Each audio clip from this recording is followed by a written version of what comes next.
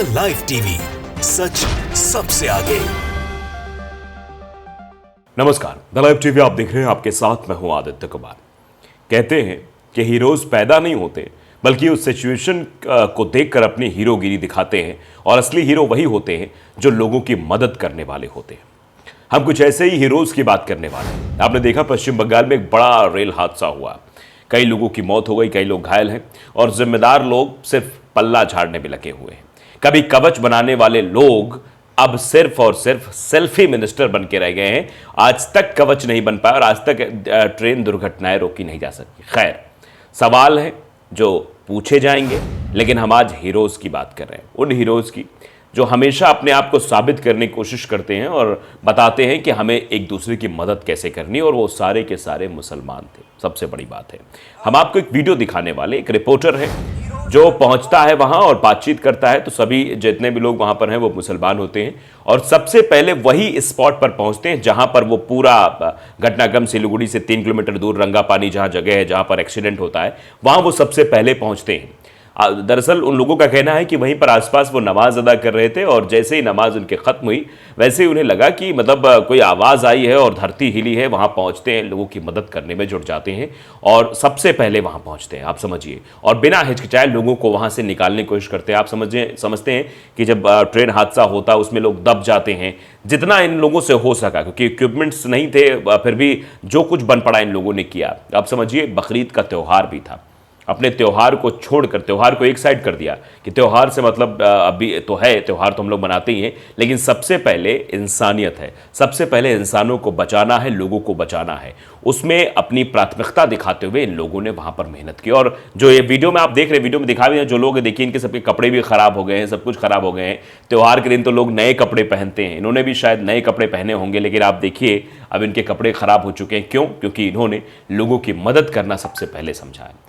हमने अमरनाथ यात्रा के दरमियान भी जब हादसा हुआ था उस वक्त भी हमने आपको तस्वीरें दिखाई थी, कैसे मुसलमान भाइयों ने अपने घर में ईद नहीं उस दिन मनाई थी, और लोगों की मदद करने के लिए वो तत्पर आकर वहाँ पर मदद करें। जो लोग फंसे हुए थे उनको खाने का इंतज़ाम करना, उनको निकालना, उनको बचाना, क्योंकि आप जानते हैं जो वहाँ आसपास लोग रहते हैं उनको पहाड़ों का ज़्यादा आइडिया होता है। जो लोग दर्शन करने जाते हैं उनको आइडिया नहीं होता, क्योंकि वो समतल धरा से आए होते हैं, और वहाँ पहाड़ों में उनकी मदद करने के लिए वो ईद तक उन लोगों ने नहीं मनाई। आप समझिए अमरनाथ यात्रा की वो खबर हमने आपको दिखाई थी, और यहाँ भी इन लोगों ने जैसे ही नमाज अदा की उसके बाद वहाँ पहुँचते हैं और लोगों की मदद करना शुरू करते हैं। आप देखिए, रिपोर्टर वहाँ पर जाता है, सबसे पहले सब बताता है वहाँ की सिचुएशन को, और उसके बाद नाम पूछता है, और नाम के बाद सवाल पूछता है आप लोगों को कैसे जानकारी हो, क्या कुछ वो लोग बता रहे हैं, ज़रा सुनो। आपका नाम? MD Sahid, MD Khalil. आपका नाम? एमडी समीम अख्तर। एमडी आप लोग उस स्पॉट में थे?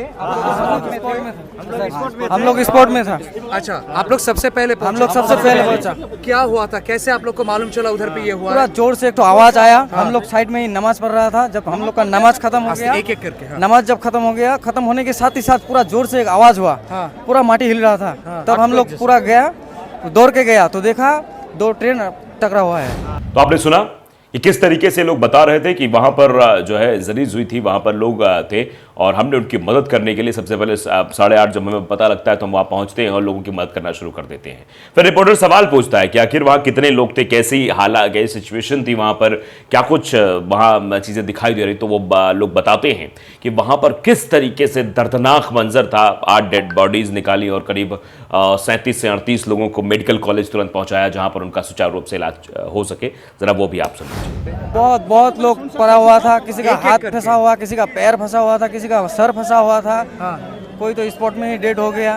हम लोग देख के उसको सब लोग को एक एक करके निकाल के नॉर्थ बंगाल मेडिकल कॉलेज में रिकवरी करके भेजा है। ओके, आप भी सब साथ में थे? सब साथ। कितने सारे बॉडीज आप लोग निकाले थे? 8 बॉडी निकाले। हम लोग 8 बॉडी निकाला, और 30 से 35 लगभग हम इंजर्ड पर्सन।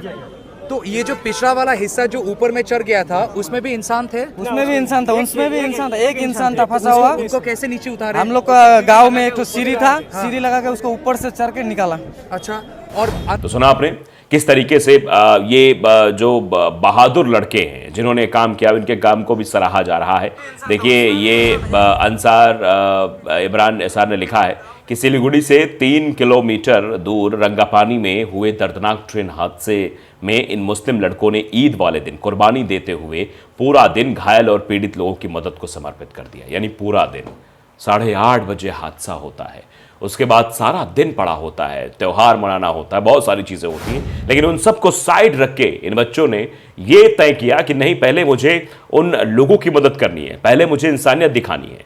और फिर यहीं पर एक सवाल ये भी खड़ा हो जाता है, जो मुसलमानों को देशद्रोही कहते हैं, जो मुसलमानों पर टिप्पणियां करते हैं, मुसलमानों को देश से भगाने की बात करते हैं, मुसलमानों के प्रति नफरत भरे भाषण देते हैं, यहां तक कि भारतीय जनता पार्टी के इतने ज्यादा नेता हैं जो ये करते हैं, उनको ये वीडियो देखनी चाहिए, ये तस्वीर देखनी चाहिए, इन बच्चों के हौसले देखने चाहिए कि अपना त्योहार त्याग करके सारा दिन उन लोगों की मदद करते रहे। 35 से 38 लोगों को इन लोगों ने हॉस्पिटल पहुंचाया। आप समझिए 35 से 40 लोगों की जान बचाई इन लोगों ने। उसके बाद जैसे ही खबर पहुंची फिर और भी टीम वहां पर बचाव राहत कार्य के लिए पहुंच गई। लेकिन उस वक्त, जिस वक्त सबसे ज्यादा जरूरत थी, क्योंकि आप सोचिए ना कि जब ऐसी सिचुएशन होती है उस समय अस्पताल पेशेंट्स को ले जाओ, वहां पर कहते हैं आपने 10 मिनट लेट कर दिया, आपने 15 मिनट लेट कर दिया। तो ऐसे हादसों में एक एक मिनट बहुत कीमती होता है। अगर सही समय पर सही जगह पर यानी अस्पताल अगर पहुंच जाता है पेशेंट, तो उसकी जान बच सकती है।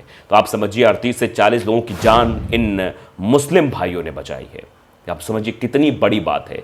और ये असल में हीरो हैं, ये वो पर्दे के पीछे नहीं जो डांस करने वाले, एक्टिंग करने वाले, एक घूंसा मार के दूसरे को उड़ा देने वाले, वीएफएक्स और कैमरे के जरिए हीरो बन जाने वाले लोग असली हीरो नहीं होते। असली हीरो ये है जो मैंने आपको दिखाए हैं, और उन्होंने साबित भी कर दिया है कि सिचुएशन कैसी भी हो, एक तरफ त्यौहार है, आपको खुशी मनानी, दूसरी तरफ लोग तड़प रहे, तो पहले उनकी मदद करनी है, पहले उन इंसानियत का फर्ज निभाना है। और मुसलमान भाइयों ने इंसानियत का फर्ज निभाया और उन लोगों को जो है अस्पताल पहुंचाया जिन लोगों को वाकई में उस वक्त सबसे ज़्यादा ज़रूरत थी।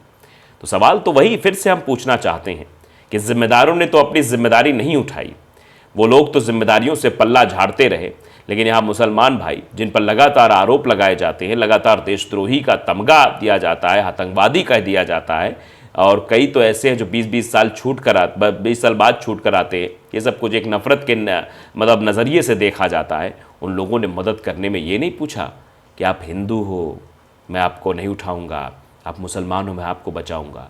जितने भी लोग वहाँ पर जो इनसे बन पड़ रहा था, वो वहाँ पर लोगों को उठाकर लोगों की मदद कर रहे थे। वहाँ हिंदू मुसलमान नहीं पूछा जा रहा था, वहाँ ये लोग मुसलमान थे लेकिन इंसानियत के तौर पर हर एक की मदद कर रहे थे। लेकिन नफ़रती लोग हैं जो हमेशा नफ़रत फैलाने का काम करते हैं, उनके मुँह पर यह तमाचा है खबर कि तुम कितनी भी नफ़रत फैलाओ, ये हिंदुस्तान है, यहाँ मोहब्बत अभी भी ज़िंदा है।